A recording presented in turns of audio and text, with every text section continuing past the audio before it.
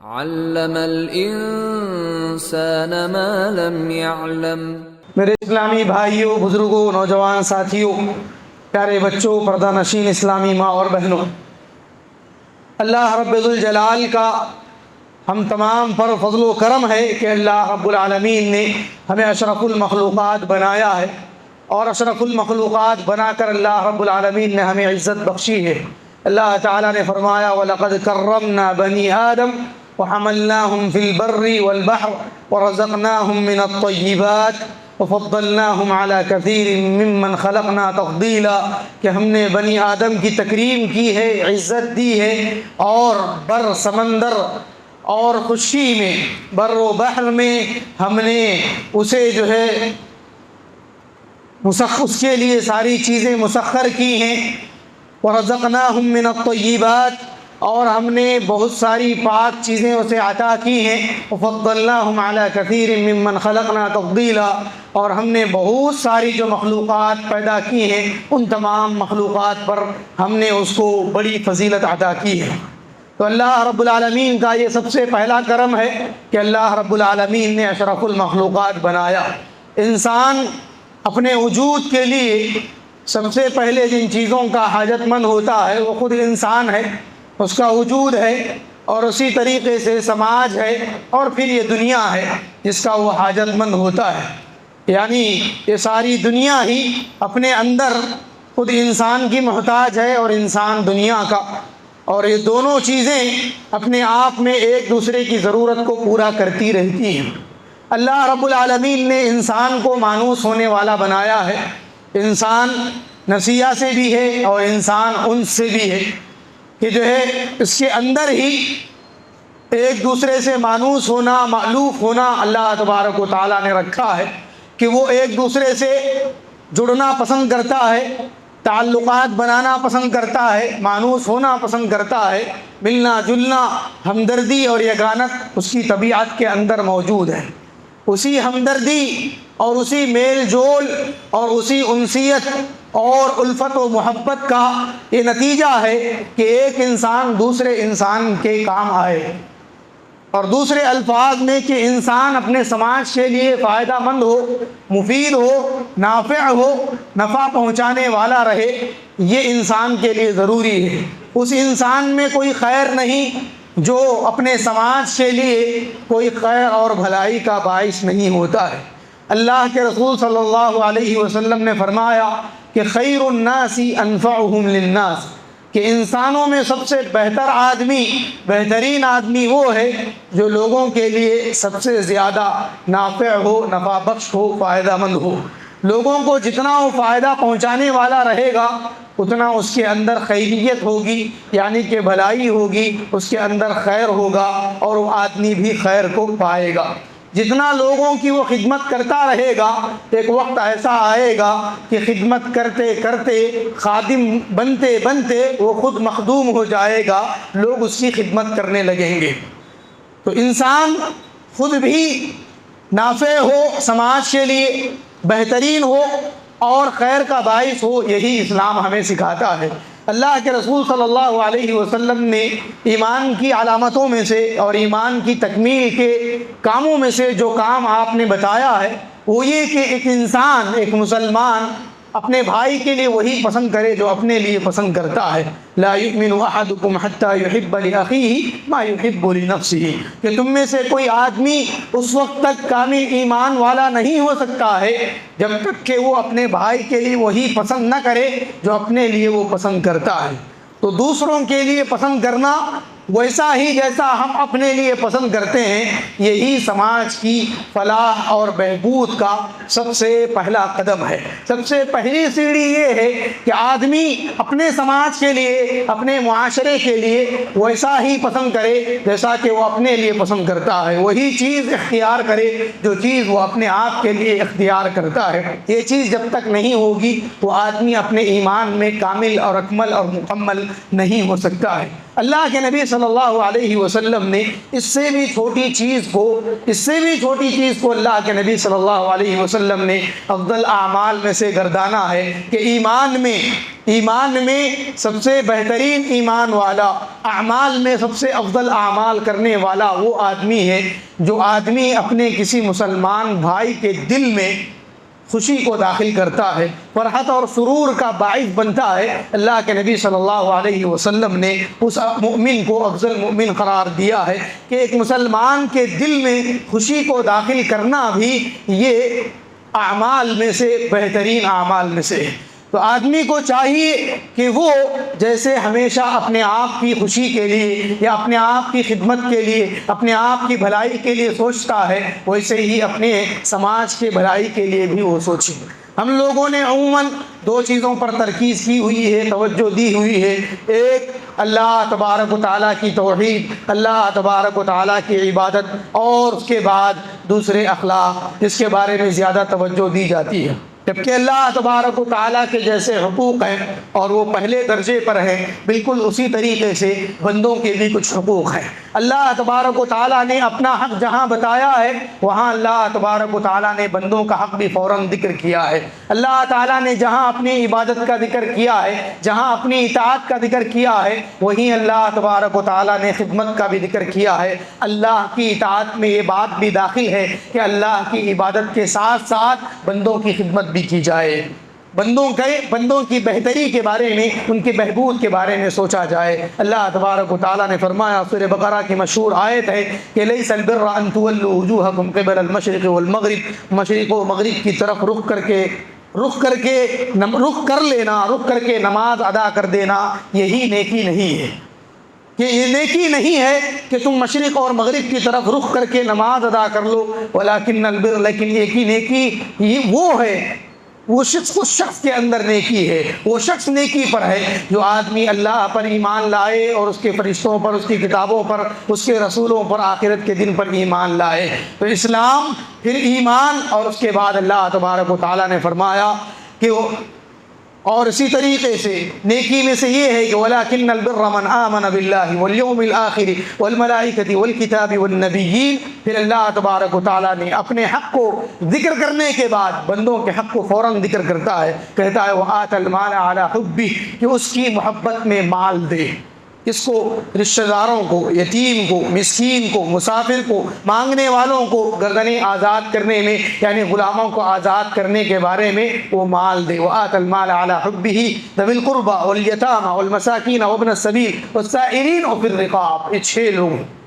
لوگ اور چھ فئات جتنے بھی ہیں، ان سب کے لیے وہ اپنے مال کو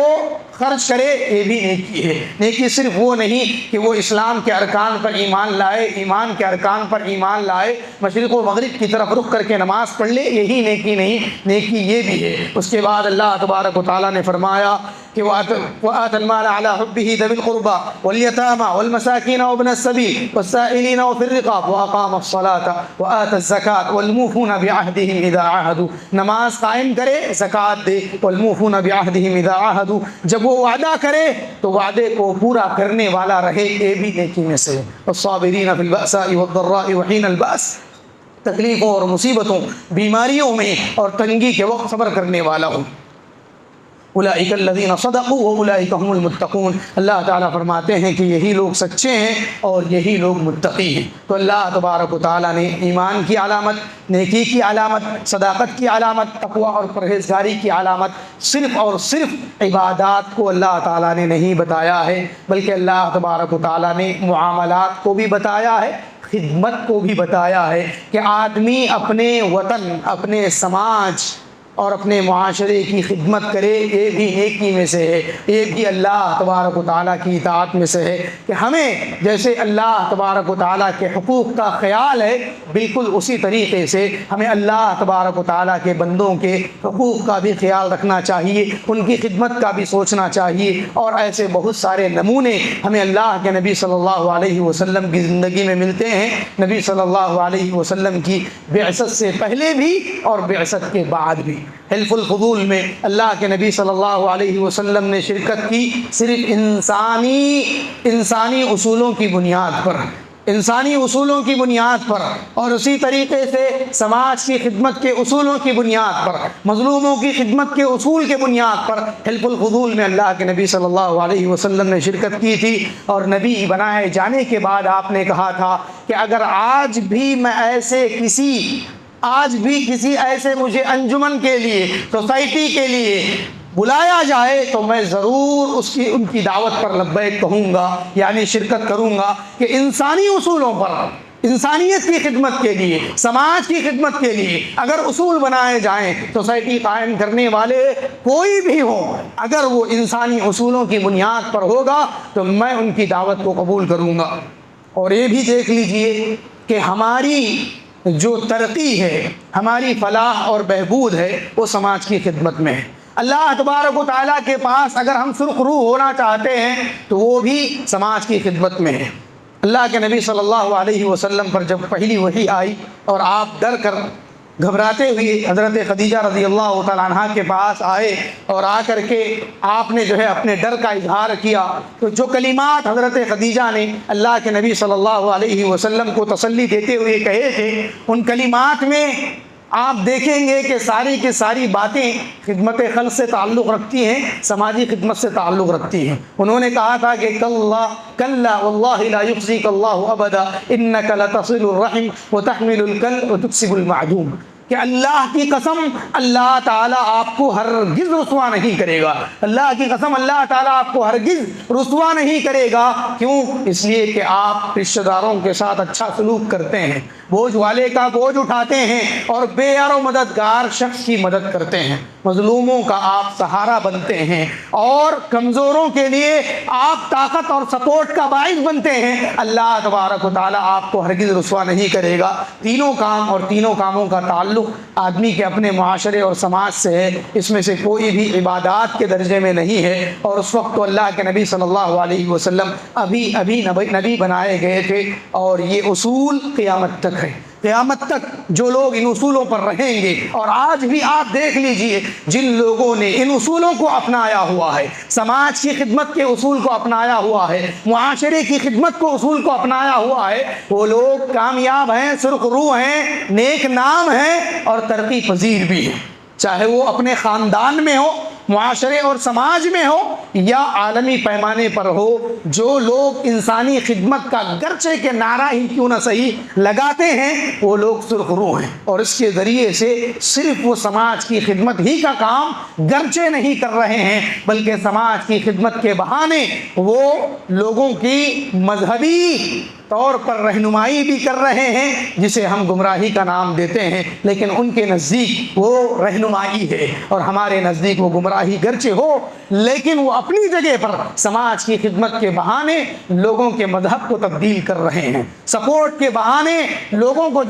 مرتد بنا رہے ہیں، اور یہ سارا کا سارا ہو رہا ہے سماجی خدمت کے نام پر، خدمت خلق کے نام پر، اور انسانیت کے نام پر ہو رہا ہے۔ تو حضرت خدیجہ رضی اللہ تعالیٰ عنہ نے اللہ کے نبی صلی اللہ علیہ وسلم کو جو تسلی دی تھی، وہی تسلی ہم سب کے لیے بھی ہے کہ اگر سرخ روح ہونا چاہتے ہیں، رسوائی سے، ناکامی سے، نامرادی سے اگر بچنا چاہتے ہیں، تو سماج کی خدمت کے اصول کو اپنائیں، اور سماج کی خدمت کا یعنی سوشل سروس کا جو اصول ہمارے پاس ہے، پیسے دیے جائیں تو یہ سماج کی خدمت ہے نہیں ہے۔ یہ سماج کی خدمت نہیں ہے کہ صرف پیسے دیے جائیں، سماج کی خدمت یہ بھی ہے کہ کسی غریب کی مدد کریں، کسی کو بہترین مشورہ دیں، کسی طالب علم کی صحیح رہنمائی کریں، کسی قرض دار کے لیے آپ صحیح مشورہ دیں، اس کے سود کے بارے میں، اس کے کاروبار کے بارے میں، اس کی دکان کے بارے میں بہترین مشورہ دیں، کسی شوہر بیوی کے درمیان صلح کرا دیں، یہ بھی سماج کی خدمت کا ایک حصہ ہے۔ بیٹے کو باپ کے بارے میں نہ ورغلائیں، نہ بھٹکائیں، بلکہ اس کے ذہن کو صاف کریں، ذہن کی پراگندگی کو صاف کریں، والدین کے بارے میں اس کے جو برے خیالات ہیں ان خیالات کو دور کریں، یہ بھی سماج کی خدمت ہے۔ سماج کی خدمت میں سے یہ بھی ہے، وہ جو کام ہم عمومی طور پر کرتے ہیں راستوں میں، وہ کام بھی سماج کی خدمت میں ہے، نیکی ہے، صدقہ ہے۔ اللہ کے نبی صلی اللہ علیہ وسلم نے صدقے کا جو بڑا تصور، ایک بہت ہی وسیع مفہوم جو آپ نے بیان کیا ہے، اس وسیع مفہوم میں خدمت خلق اور سماج کی خدمت بات سب سے پہلے نمبر پر آتی ہے۔ اللہ کے نبی صلی اللہ علیہ وسلم نے فرمایا کہ ہر مسلمان پر اس کے ہر دن میں صدقہ جو ہے، ہر مسلمان پر صدقہ واجب ہے۔ صحابہ کرام نے کہا کہ اللہ کے نبی صلی اللہ علیہ وسلم کیسا صدقہ؟ کیا ہم میں سے ہر آدمی صدقہ کرنے کی طاقت رکھتا ہے؟ تو اللہ کے نبی صلی اللہ علیہ وسلم نے فرمایا کہ اپنے ہاتھوں سے محنت کرے، کمائے، اپنے آپ پر خرچ کرے، جو بچے اس کو صدقہ کر دے۔ صحابہ کرام نے کہا کہ اگر کوئی ایسا نہیں کر سکتا تو وہ کیا کرے؟ اللہ کے نبی صلی اللہ علیہ وسلم نے فرمایا تو پھر اس کو چاہیے کہ وہ لوگوں کو نیکی کا حکم دے، لوگوں کو نیکی کا حکم دے، خیر کا، معروف کا حکم دے، یہ صدقہ ہے۔ صحابہ کرام نے پوچھا کہ اگر وہ ایسا بھی نہیں کر سکتا ہے تو وہ کیا کرے؟ تو اللہ کے نبی صلی اللہ علیہ وسلم نے فرمایا تب تو پھر وہ لوگوں کو نقصان پہنچانے سے رک جائے، شر سے رک جائے، برائی سے رک جائے، نقصان سے رک جائے، لوگوں کے نقصان کا کام نہ کرے، یہ خود بھی صدقہ ہے۔ اور ایسا صدقہ کوئی بھی آدمی کر سکتا ہے، چاہے وہ مالدار ہو کہ غریب ہو، معاشرے کا، طبقے کا بڑا آدمی، اعلیٰ عہدیدار ہو کہ متوسط طبقے کا ہو یا اس سے نیچے طبقے کا ہو، ہر آدمی کی ذمہ داری بنتی ہے کہ اگر وہ بھلائی کا کام نہیں کر سکتا، لوگوں کی خوشی کا باعث، فرحت و انبساط کا باعث اگر وہ نہیں ہو سکتا تو کم سے کم لوگوں کے دکھوں میں تو اضافہ نہ کرے،